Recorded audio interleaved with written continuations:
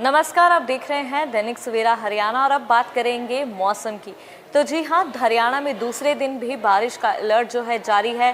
5 जिलों में तेज बारिश का अलर्ट है और 5 जिलों में ओले गिरने तक का जो है अलर्ट जारी किया गया। और हिसार में ठंड ने 35 साल का रिकॉर्ड भी तोड़ दिया है। तो बता दें, हरियाणा में लगातार दूसरे दिन पानीपत, करनाल, सोनीपत, नुआ और कुरुक्षेत्र में रुक रुक कर बारिश लगातार जारी है। और वहीं फतेहाबाद और महेंद्रगढ़ समेत कई जगह पर बादल अभी भी छाए हुए हैं। शीतलहर का प्रकोप जारी है। मौसम विभाग ने करनाल, कुरुक्षेत्र, अंबाला, पंचकुला और यमुनानगर में हल्की से मध्यम बारिश का अलर्ट जारी किया है। ओलावृष्टि की भी संभावना की जा रही है। बता दें, हिसार में करीब 50 गांव में ओलावृष्टि से भारी नुकसान हुआ है। ओले गिरने से फसलें पूरी तरह से सड़ गई हैं। सबसे ज़्यादा नुकसान सरसों और चने की फसल को हुआ है। इसके अलावा हांसी क्षेत्र में भी सब्जी की फसलों को नुकसान पहुंचा है। रेवाड़ी और फतेहाबाद में भी ओले गिरने से कई गांवों की फसलें तबाह हो गई हैं। जानकारी के लिए आपको बता दें कि हिसार में दिसंबर माह में बारिश का 35 साल का पुराना रिकॉर्ड टूट गया है। जिले में 24 घंटे में 12 से 13 एमएम बारिश दर्ज की गई है।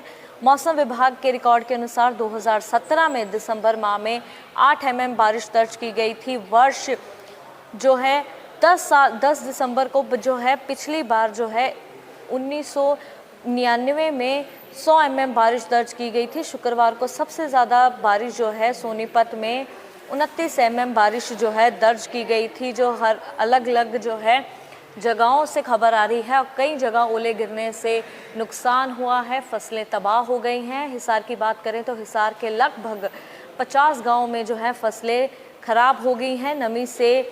और ऐसे में कृषि विद्यालय एक्सपर्ट ने 3 अहम बातें कही हैं। मौसम ने बहुत बड़ी करवट बदली है। अब बहुत बारिश हो रही है, जिसकी वजह से हरियाणा कृषि विद्यालय के विभाग अध्यक्ष का कहना है कि बारिश के बाद नमी से फसलों में कीटों की संख्या जो है वो बढ़ सकती है। ऐसे में किसान फसलों की निगरानी करें और नज़दीकी कृषि विज्ञान केंद्रों और उनकी सबकी सलाह लें और दवा का छिड़काव करें। और ऐसे में उनका कहना है कि अब बारिश के बाद ठंड और बढ़ जाएगी, ठिठुरन बढ़ जाएगी। 29 दिसंबर से हवा की दिशा बदलकर पूर्व से उत्तर पश्चिम हो जाएगी। ऐसे में पहाड़ों की तरफ से हवा बहकर मैदानी इलाकों में प्रवेश करेगी। इससे दिन और रात के तापमान दोनों में गिरावट जो है दर्ज की जाएगी। और ऐसे में अब जो है कोहरा छाने की भी संभावना लगातार बढ़ती जा रही है और आवाजाही में फिर से दिक्कत का सामना करना पड़ सकता है। तो बता दें कि फिर से जो है 5 जिलों में बारिश का और ओले गिरने का अलर्ट है। हिसार में बारिश ने 35 साल पुराना रिकॉर्ड जो है तोड़ दिया है। हिसार के 50 गांव में चना और सरसों की फसल तबाह हो गई है और वहीं हांसी के भी कुछ गांव में फसल खराब होने की खबर सामने आ रही है। इस पूरे मामले को लेकर जो है क्या कुछ कहना है एक्सपर्ट का, आइए सुनते हैं।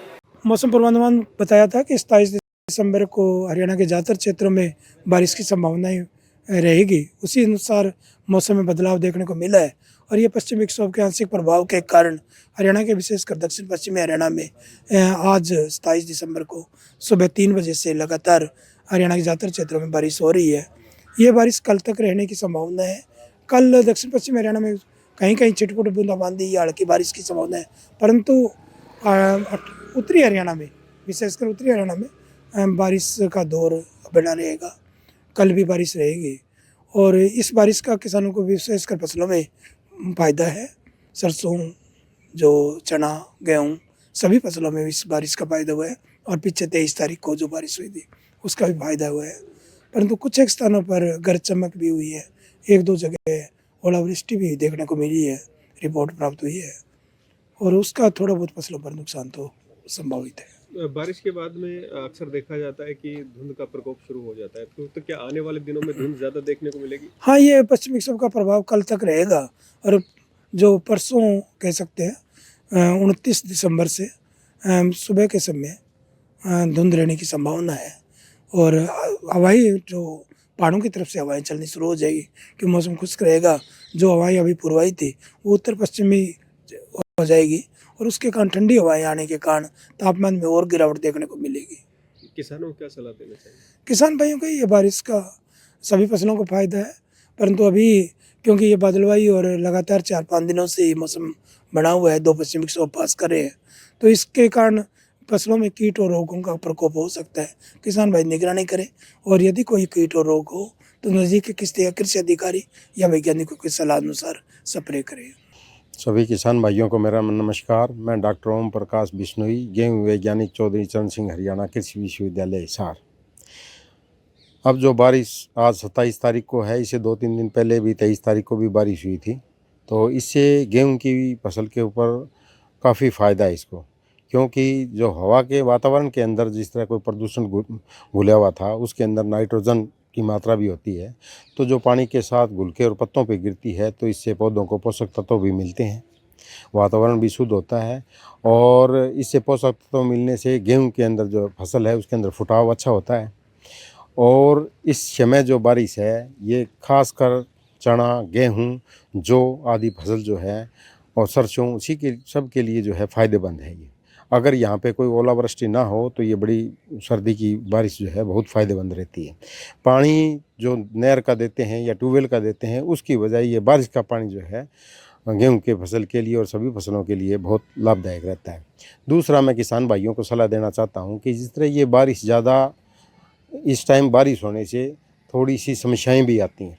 क्या समस्याएं आती हैं कि ये जो वातावरण है इसके अंदर नमी जो है 90-100% के आसपास आर्द्रता हो जाती है और तापमान जो है 10 और 15-16 डिग्री के बीच में रहता है, तो गेहूं के अंदर जो है पीला रतुआ नाम की एक बीमारी आने की समस्या रहती है। पीला रतुआ क्या है? ये पीला रतुआ जो है एक फफूंदीनाशक बीमारी है जो पहाड़ी क्षेत्रों से मैदानी क्षेत्रों के अंदर हवा के द्वारा आती है, बादलों के साथ आ जाती है और ये आके मैदानी क्षेत्र, उत्तर पश्चिमी मैदानी भाग भारत का, जिसके अंदर Punjab, Haryana, Rajasthan, western UP, Himachal Pradesh, Jammu and Kashmir का मैदानी भाग, जो गेहूं का कटोरा कहा जाता है, तो ये जो उत्तर पश्चिमी मैदानी भाग है भारत का, इसकी गेहूं की जो मुख्य बीमारी है वो पीला रतुआ ही है और ये फफूंदी की ये हर साल आती है। तो हमारे जो मैदानी क्षेत्र है उसके अंदर जो है मध्य दिसंबर से लेके और फरवरी के अंत तक इस जो बीमारी का जो है प्रकोप रहता है।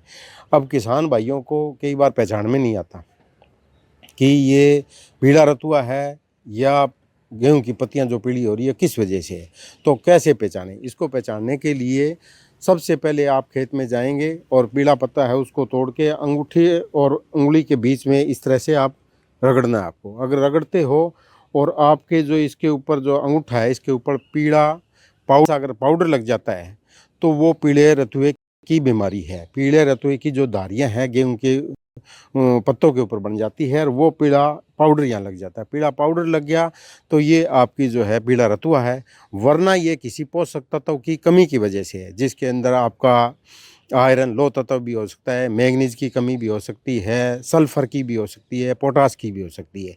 तो जो पोषक तत्वों की कमी है उसको तो हम जिस तरह फेरस सल्फेट है, जिंक सल्फेट है, आपका मैग्नीज सल्फेट है या यूरिया की कमी से भी हो सकता है, तो नाइट्रोजन से, तो उसका तो हम जो है खाद डाल के और सूक्ष्म तत्वों की स्प्रे करके पूर्ति कर सकते हैं। लेकिन अगर बीमारी है और कुछ किसान भाइयों ने जो है पुरानी किस्में हैं, हमारी HD 2851 है, PBW 343 है, HD 2967 है, तो ये सारी पुरानी किस्में, एक WH 711 है, ये सारी पुरानी किस्में जो हैं जो रोगग्राही हो चुकी हैं, जिनके अंदर पीला रतुआ बहुत ज़्यादा आता है। हमारे बार बार कहने के बावजूद भी किसान भाई जो है कई बार पुरानी किस्मों का मोह नहीं त्याग रहे और हमारे कुलपति महोदय प्रोफेसर BR कंबोजी के निर्देश से हमने बहुत अच्छी रोगरोधी किस्में उत्पन्न कर रखी हैं, जो सारे भारत के अंदर, उत्तर पश्चिमी भारत ही नहीं, आपका मध्य भारत है, आपका प्रायद्वीप का जो क्षेत्र है, उनके लिए भी हमारा विश्वविद्यालय जो है भारतवर्ष के किसानों के लिए कार्य कर रहा है। तो उसने हमने रोगरोधी किस्में निकाल रखी है, तो उनको ज़्यादा से ज़्यादा भविष्य में अपनाना चाहिए। इस बार अगर किन्हीं किसान भाइयों ने बो रखी हैं रोगग्राही किस्में, तो उनको ध्यान देने की ज़रूरत है कि वो प्रतिदिन अपने खेत का निरीक्षण करें। मध्य दिसंबर से लेके और फरवरी अंत तक इस बीमारी का प्रकोप ज़्यादा रहता है। और अगर वातावरण अनुकूल जो ये अब जब बना हुआ है, 90% नमी है और टेम्परेचर 10 से 15 डिग्री के बीच में है, तो ये वातावरण बिल्कुल इस फफूंदी के लिए अनुकूल है। तो किसान भाइयों को प्रतिदिन अपने खेत का निरीक्षण करना चाहिए और पहचान कर लेनी है पीला रतुआ है तो उनको क्या करना है। तो उसके लिए हमारे वैज्ञानिकों ने, हरियाणा कृषि विश्वविद्यालय के गेहूं एवं जौ अनुभाग के वैज्ञानिकों की जो टीम है, उन्हें 2 दवाइयाँ जो है सिफारिश कर रखी हैं, जिनमें एक तो है प्रोपिकोनाजोल के नाम से, जो टिल्ट नाम से आती है वो, और दूसरी है नेटिवो के नाम से आती है। तो प्रोपिकोनाजोल टिल्ट है वो 200 मिलीलीटर और नेटिवो 160 ग्राम।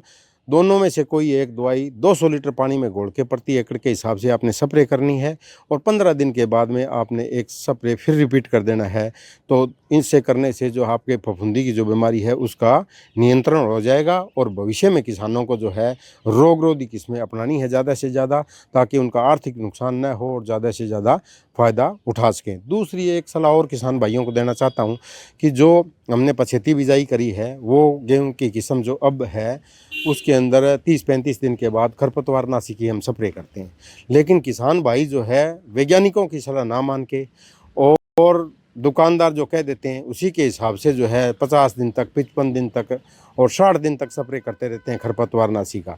लेकिन उनको ध्यान रखना चाहिए कि 30-35 दिन, 40 दिन ज़्यादा से ज़्यादा मैक्सिमम खरपतवारनाशी का आपने उपयोग करना है। चौड़ी पत्ती वाला हो चाहे संकरी पत्ती वाला हो, तो उनका इस्तेमाल टाइम पे करोगे तो आपको फ़ायदेमंद रहेगा। उससे अगर लेट करोगे 40 दिन के बाद तो आपको ज़्यादा नुकसान होने के चांसेस रहते हैं। क्या होंगे, उनके अंदर बालियाँ टेढ़ी मेढ़ी निकलेंगी, बालियों के अंदर दाने नहीं भरेंगे, तो इस तरह की दिक्कत आती है। क्योंकि पौधा जो है रिप्रोडक्टिव सिस्टम में चला जाता है, तो उसमें अगर खरपतवारनाशी आप स्प्रे करते हो तो दिक्कत आती है। एक खरपतवारनाशी की और थोड़ी सलाह किसान भाइयों को देना चाहता हूँ कि हमारे जो नए मॉलिक्यूल आए हैं, जिस तरह सगुन है, एशियम है, तो एशियम नाम की जो दवाई है वो थोड़ी सी अगर नमी की ज़्यादा हो खेत के अंदर और हम स्प्रे कर देते हैं तो उसका टॉक्सिसिटी आती है, तो वो गेहूं को जला देती है। तो ये भी ध्यान रखना है। और अभी पीछे हमारे पास जो फ़ोन आ रहे हैं बार बार किसानों के, किसान भाई कई बार देखते नहीं है, जो है ग्लाइफोसेट नाम दवाई है, ग्रामोजोन नाम दवाई है, जो सब कुछ जला देती है, उनका स्प्रे कर देते हैं, जिससे सारी फसल चौपट होने का खतरा रहता है। तो किसान भाई जब भी स्प्रे करें तो जो दवाई आपके पास पिछली सीज़न की कोई रखी हुई है, कोई और है, तो उनको ध्यान से पढ़ के और अपने खेत के अंदर स्प्रे करना चाहिए। नहीं पढ़े लिखे हैं तो अपना कोई बच्चा है या किसी की सहायता ले लें। एक बार अगर आपने खरपतवारनाशी की स्प्रे कर दी, राउंड अप की या ग्रामोजोन की, तो सारी फसल को जला देगा। इसलिए ध्यान से अपनी स्प्रे करें और समय पे करें। 35-40 दिन, इससे ज़्यादा नहीं करेंगे, नहीं तो आपको आर्थिक नुकसान उठाना